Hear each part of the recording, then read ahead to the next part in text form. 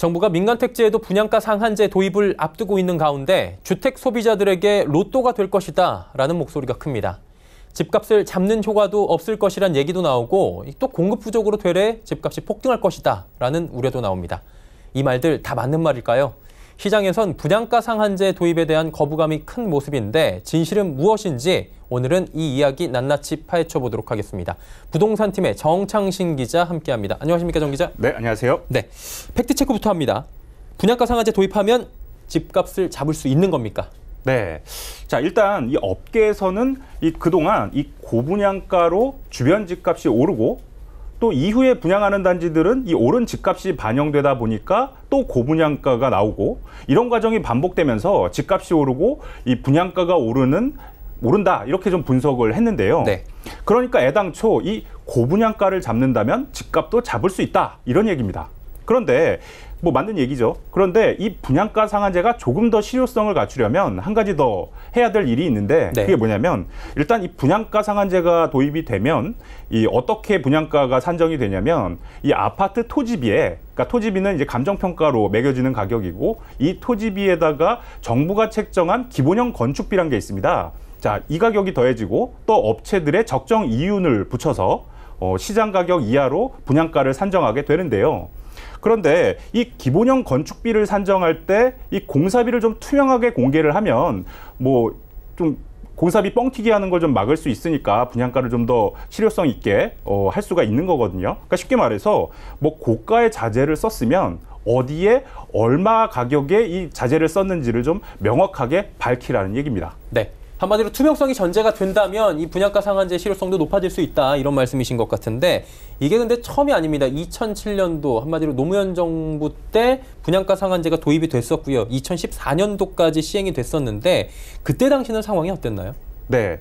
자, 이 KB 부동산에서 조사한 서울 아파트 중간값을 한번 알아봤습니다. 네. 과거 사례를 좀 알아봤는데 이 중간값이란 게 뭐냐면 이 서울 아파트 가격을 일렬로 쭉 나열했을 때 정 가운데 오는 가격. 이걸 이제 중간값 혹은 뭐 중위 가격이라고 부르거든요. 그런데 이게 보통 우리가 부동산 지표로 활용하는 것 중에 평균 아파트 가격이라고 있습니다. 이건 이제 아파트 값을 다 더해서 나눈 이 평균 가격인데 이 지표를 산정할 때 일부 고가 아파트가 포함이 돼 있으면 평균값이 오르는 이런 통계 왜곡이 나타날 수 있거든요. 그런데 이 중간값을 활용하면 최고가 아파트나 뭐 최저가 아파트가 빠지기 때문에 이 일반적으로 이 집값 흐름을 좀 가늠할 수 있는 지표로 활용할 수 있는 겁니다. 예. 자, 그래서 저 표를 한번 준비해 봤는데요.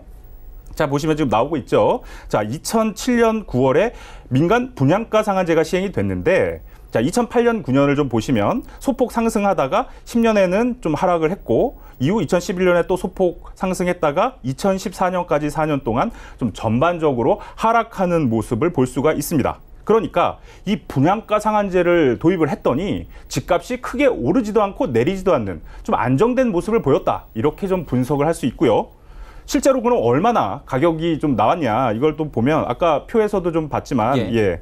2008년에 서울 아파트 중간값이 4억 8,084만 원이었거든요. 그런데 분양가 상한제가 종료된 2014년에 가격을 좀 알아봤더니 이 서울 아파트 중간값은 4억 7,975만 원으로 큰 변화가 없다는 것을 알 수가 있었습니다. 그런데 지금 표 보시면 알겠지만 2014년에 이제 분양가 상한제가 종료된 이후 15년부터 지난해죠. 2018년까지 그래프가 쭉 올라가는, 그러니까 급등하는 모습을 확인할 수 있는데 자, 지난해 이 서울 아파트 중간값은 무려 2배에 가까운 이 8억 4,502만 원을 기록했습니다. 네. 한마디로 정리하자면 2007년도부터 2014년도까지의 중위 가격의 변화는 거의 없었다라고 지금 정리가 되고 있습니다. 자, 이제 두 번째 팩트체크입니다. 로또 분양 얘기가 뭐 안 나올 수가 없는 상황이잖아요. 주변보다 시세가 좀 저렴하게 분양이 되다 보니까. 그런데 시행사가 가져가고 있는 시세 차익의 일부, 즉 한마디로 시행사가 이것을 분양함으로써 가져가고 있는 이득을 소비자들이 가져가는 게 이게 잘못된 것이냐, 뭐 이런 얘기들이 있잖아요. 그렇죠. 이 얘기에 좀 포커스를 맞춰볼까요? 예. 자, 정부가 이 민간 택지에도 분양가 상한제를 도입한다라는 얘기를 했을 때 일부에서는 뭐 로또 분양이 쏟아질 거란 얘기들이 아주 지금도 뭐 목소리를 나오죠. 내고 있죠. 예. 그러니까 분양가가 시세보다 낮게 책정이 되다 보니까 이 아파트를 분양받은 사람들은 수억 원의 차익을 누릴 수 있을 거다라는 얘기인데요.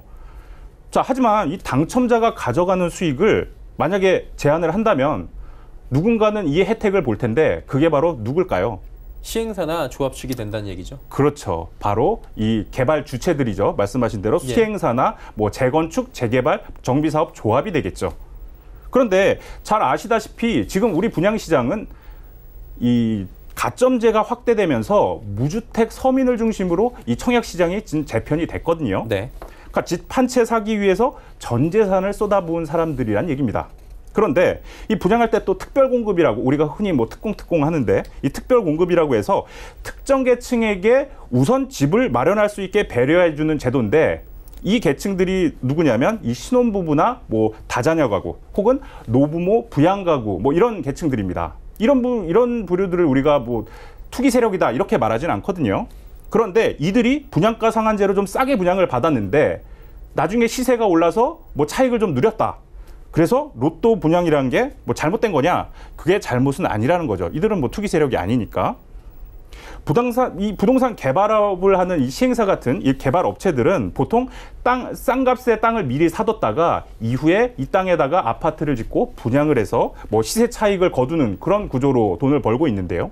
그러니까 쉽게 말해서 분양가가 비싸서 이 당첨자들의 시세 차익이 적어질수록 이 재건축 조합이나 시행사들의 이 이익은 상대적으로 커지는 구조다. 이렇게 말씀드릴 수 있겠습니다. 한마디로 지금 이 대전제는 부동산 가격이 오른다는 대전제고요. 그거에 대한 수익을 누가 가져가신 것이냐 뭐 이 부분인데 로또라는 부분에 대해서 뭐 지금 투기 세력이 아닌 부분이 가져가는 것이 잘못된 것이 아니다라고 볼 수 있다는 거잖아요. 그렇죠. 그렇다면 반대로 투기 세력이라고 규정할 수는 없겠지만 시행사나 개발사가 그동안에 막대한 시세 차익을 챙겼다라는 부분은 보도가 많이 됐잖아요. 그렇죠. 구체적인 사례가 좀 있습니까? 네. 그러니까 이렇게 시행사나 뭐 조합 등 우리 개발 주체들이 뭐 얼마나 벌었냐 이건 솔직히 뭐 자세히 알기는 뭐 어렵죠. 쉽지는 않지만 경실련이 그 개포주공 8단지의 개발 이익을 좀 분석한 적이 있습니다.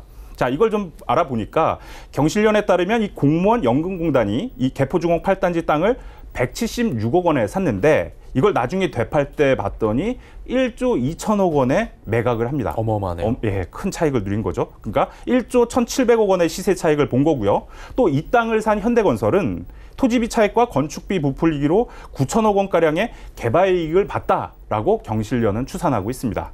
자, 이렇게 민간 택지의 분양가 상한제가 도입이 되면 또 일부에서는 이 공급이 줄어서 이 공급 부족이 집값 상승의 요인이 되는 거 아니냐 이런 또 우려도 나타내고 있거든요.